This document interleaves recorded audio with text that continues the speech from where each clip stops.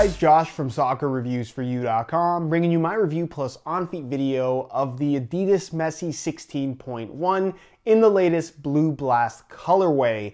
Now, as you guys can see, this is a pretty interesting colorway from the Messi line as part of the Blue Blast pack. In today's video, we're going to go over all the details on the colorway, as well as the general tech specs and performance characteristics of the shoe. So if you are interested in learning more, stick around, watch the entire video. If you're interested in a pair of these for yourself, I'll leave a little pop-up on screen, or you can click the first link down below in the description. That'll take you to the review page on my website, where you'll find buy it now links with exclusive SR4U coupon codes, where you'll be able to pick these guys up below their normal $200 retail price. Now, included with the shoes for your $200 is a string bag, pretty straightforward stuff for top-end models from Adidas, and they also include an extra set of comfort insoles to go along with the perforated lightweight ones already inside of the shoes. So 2 extras with the shoes inside the box. As far as the actual colorway itself is concerned, this is part of the Blue Blast pack, which generally across the board features blue and pink. This one incorporates solar orange as well though, and it's actually really reminiscent of an older CR7 colorway in my opinion, with having that kind of pink ring around the bottom, although we have seen this kind of faded from the bottom look from previous Messi colorways in this generation of Messi's signature model. You guys could probably remember the black and green ones. Now the base for this upper is something that we have seen before, in that it's that kind of blue color with the black within the actual agility knit mesh base to the upper itself. Blue laces with that as well. And then as you can see, when you get closer towards the bottom, it fades to pink and then eventually fades to that bright solar orange that goes right into the sole plate. You have a glossy orange sole plate. It's not a wearable finish. That's only something you're gonna find on the 16 Plus Pure Agility, not the 16.1. White stud tips, white Adidas stripes, and then the blue Messi logo there on the medial side. That's actually quite subtle. So overall, I actually think this is a pretty good looking colorway. I'm generally not a fan of flashy stuff, but this isn't too over the top, and given that once your feet are in the ground, that orange is kind of gonna disappear, and it's not gonna be quite as bright as they look while I'm holding them in hand. So overall, I actually think this is a pretty good looking colorway, but let me know what you guys think down below in the comment section. Now, in regards to the Messi 16.1 and Messi line in general, I think it's pretty well known at this point that Messi himself wears the $200 version of the shoe, not the $300 Pure Agility, which has the lace cover. And if I am picking my personal preference of the two models, I do prefer the Messi 16.1 over the 16 Plus Pure Agility. So that is definitely worth keeping in mind. I think if you really want the Pure Agility, given the design similarities that that shoe has to the X16 Plus Pure Chaos, I just feel like the Pure Chaos is a better variation of that shoe. So if you want the Messi line, I think the top end model to have is the 16.1, not the 16 Plus. Speaking of the 16.1 though, what you're getting as far as the upper is concerned is a mesh-based synthetic material with a polyurethane top layer, kind of covering it all, protecting it, and making this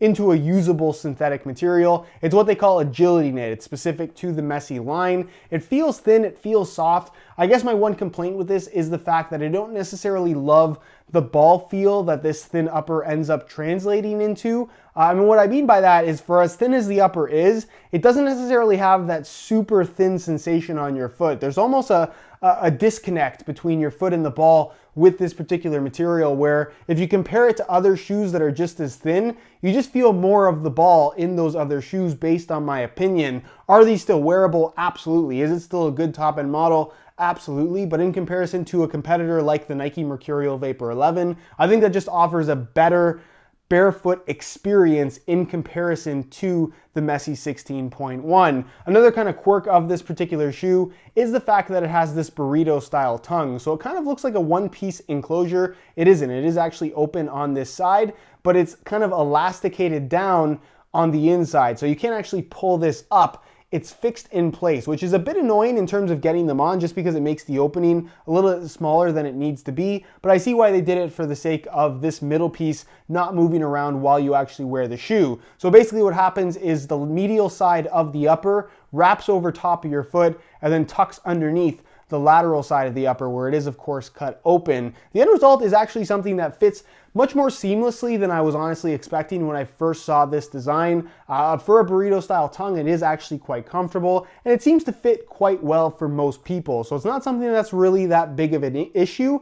It just makes it a little bit annoying to actually put them on, which you guys will see a little bit later in the video. One benefit of this though is that you do have less material overlapping the top of your foot, just creating for less bulk and just a cleaner feel for the ball in general. So that's definitely a good thing overall. Internally, you're going to find a synthetic suede liner, which does add some thickness to the upper that you don't necessarily see from the outside, and externally as well, you do have some texturing from the mesh-based synthetic material, but not necessarily something that, again, you feel on the ball. And absent in comparison to other top-end models from the Adidas brand is those non-stop grip dots. They do not feature these on the Messi line for whatever reason. Moving on to the heel area, you're going to find that this does not have an external heel counter despite having a sprint frame sole plate. So that is something that, again, is kind of exclusive to the Messi line. And then this does have a standard low cut at the heel, unlike the 16 Plus Pure Agility, which has that little extension piece. If you want to call it mid-cut, I guess you can, but it isn't really a mid-cut shoe in my opinion at least. Internally, you're going to find that it has a nice synthetic suede liner with a decent amount of padding overall. No real issues in regards to heel slippage because of the material choice that they went with. I generally am a fan of the synthetic suede, so good option in terms of what they incorporated on this particular shoe. The insole fully removable. This of course is the lightweight one that I talked about earlier in the video. It's just a mesh liner on top, perforations throughout, single layer of foam, kind of the standard lightweight insole you're going to find across the board from Adidas. So I'll slide these back in and we'll talk about the sole plate a little bit. Of course, it is a sprint frame construction, pretty much a variation of what you're going to find from all their current lines at the moment, just with a little bit of a different design for the actual stiffener bar. You can see it has more of an angular look to it. Again, the end result is something that feels quite similar. It's got decent flexibility to it, decent thickness to the sole plate, despite how lightweight it actually is. And then you get the Messi signature stud pattern here, which is, again, the same layout you're going to find across the board from Adidas. It is FG-AG, so usable on firm natural grass as well as artificial grass. But you can see some of the studs have this kind of conical tip to them, and then they end up being triangular at the base, mainly the front two and the back two, and then the rest of them are these narrower triangles. So I guess in comparison to the other lines from Adidas, these studs have a smaller profile shape to them, so they tend to penetrate the ground a little bit more easily. But again, the end result is something that is very similar across the board from Adidas in regards to actual grip when running around. The traction that they all provide is very, very similar. So I wouldn't necessarily recommend the Messi stud pattern over the X stud pattern, for instance. They feel very similar to me. So it works well. If you've worn an Adidas shoe in the last couple of years, you kind of know what to expect from this particular stud pattern. And the benefit as well is the fact that it is FG-AG. So if you only want to buy one pair of shoes and you play on both firm natural grass and artificial grass playing surfaces, pretty much any of the inline Adidas models feature FG-AG stud patterns. So you can get away with buying one pair of shoes for two different playing surfaces. As far as the actual weight of the shoe is concerned, being that this is the Messi line and kind of a competitor to the Vapor 11 to a certain extent,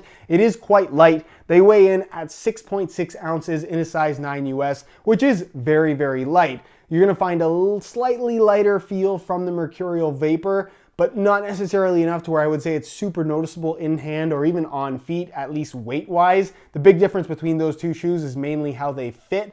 But again, in terms of weight, if you want that super lightweight feel, you're definitely getting it here from the Messi 16.1. It's one of their lighter shoes currently on offer. But that is enough about the tech specs. Let's take a look at how these things fit and feel on feet. So, as you guys can see on the right shoe, I actually threw in some Orange Punch reflective SR4U replacement laces. If you guys are interested in a pair of SR4U laces for yourself, I'll leave a little pop-up on screen, or you can click the link down below in the description, which will be there. That'll take you to sr4ulaces.com, where these are available for purchase. So again, if you want a pair, be sure to go ahead and check that out. So like I mentioned, putting them on, not too difficult. You're just gonna find that because they have this little strap on the inside right here, holding this piece from going up, you're gonna have to kind of adjust it once you get your foot in there. Just make sure that everything is as flat as possible against your foot. But as you can see, at least for me personally, it gives you a pretty clean wrap. You don't really end up with any wrinkles right here across the top,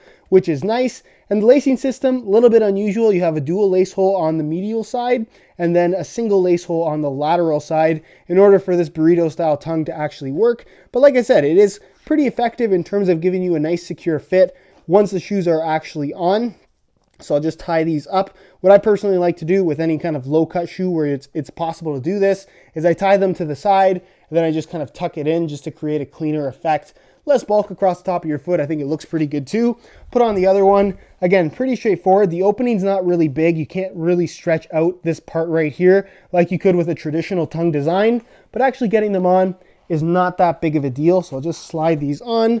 Again, you just want to fix this piece. Pull this so everything is flat. I'm fighting these things, but there we go. We're going right here. Tie these up really quickly. I always feel like I'm taking a long time to tie the shoes, but whatever. We'll keep it going. You guys seem to enjoy this when I struggle, so whatever. Tie these up. Pull these to the side. And that is it. That is what they look like on feet. Out of the box, fairly comfortable shoe. I'm not in love, if I'm kind of nitpicking things, I'm not in love with this seam right here.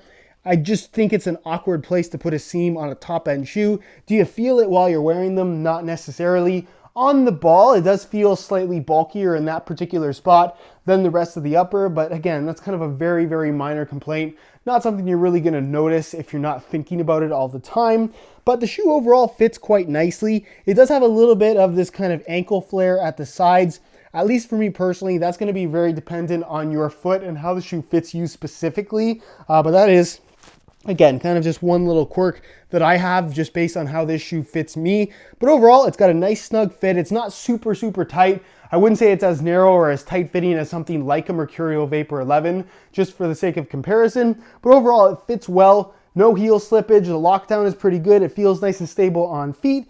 And again, it's a decent fitting shoe. It feels like a top end model. As far as width is concerned, it does have a tighter fit overall, but I wouldn't necessarily say is super narrow. It's also not excessively wide. So if you have wider feet, this may not be the best option for you. But I think for most people, as long as you don't mind a tighter fit, you shouldn't have too many issues fitting into the Messi 16.1 comfortably. As far as sizing is concerned, I'm wearing my usual size 9 US here, and the fit and the length is absolutely perfect. So if you are looking to order a pair of these for yourself, I would strongly recommend going true to size in order to achieve the best possible fit.